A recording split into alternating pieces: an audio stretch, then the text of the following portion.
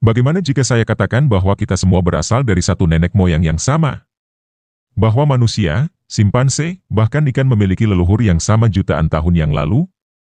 Pada tahun 1859, seorang ilmuwan bernama Charles Darwin menerbitkan sebuah teori yang mengguncang dunia, teori evolusi melalui seleksi alam.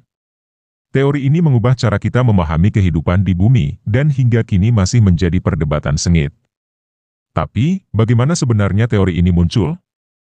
Dan mengapa banyak orang menolaknya? Mari kita telusuri kisahnya. Sebelum Darwin, kebanyakan orang percaya bahwa semua makhluk hidup diciptakan dalam bentuknya yang tetap, tidak berubah sejak awal dunia. Pemikiran ini didasarkan pada ajaran agama dan filsafat kuno. Namun, pada awal abad ke-19, beberapa ilmuwan mulai mempertanyakan pandangan ini. Salah satu di antaranya adalah Charles Darwin, seorang naturalis asal Inggris. Pada tahun 1831, Darwin bergabung dalam ekspedisi kapal HMS Beagle yang membawanya ke berbagai belahan dunia. Perjalanannya ke Kepulauan Galapagos menjadi titik balik. Di sana, ia menemukan bahwa burung finch di setiap pulau memiliki bentuk paruh yang berbeda, tergantung pada jenis makanan yang tersedia.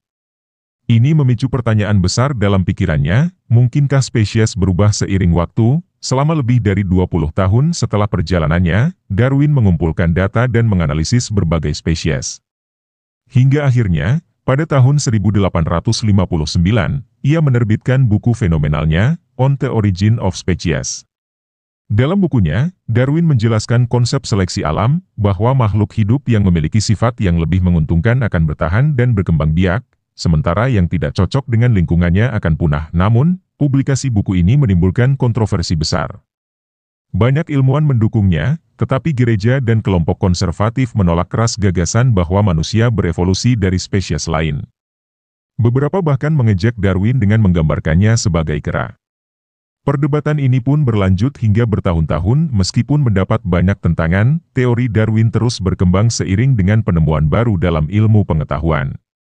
Pada abad ke-20, penemuan DNA dan genetika semakin memperkuat gagasan bahwa evolusi memang terjadi. Kini, teori ini menjadi dasar bagi banyak cabang ilmu biologi, termasuk penelitian tentang penyakit, ketahanan tanaman, dan bahkan kecerdasan buatan. Namun, hingga kini masih ada kelompok yang menolak teori evolusi, terutama dari perspektif keagamaan. Banyak sekolah di beberapa negara masih memperdebatkan apakah teori ini boleh diajarkan kepada siswa atau tidak. Ada beberapa fakta menarik tentang teori evolusi yang mungkin belum banyak diketahui. Misalnya, teori evolusi tidak hanya membahas manusia, tetapi juga bagaimana makhluk hidup terus berubah hingga saat ini. Bahkan, virus dan bakteri berevolusi dengan cepat, itulah sebabnya kita membutuhkan vaksin baru setiap tahun. Selain itu, ada juga teori alternatif yang diajukan, seperti teori panspermia, yang menyatakan bahwa kehidupan mungkin berasal dari luar angkasa dan berkembang di bumi. Meskipun belum terbukti, teori ini terus menarik perhatian para ilmuwan. Charles Darwin mungkin tidak pernah membayangkan bahwa teorinya akan mengubah dunia.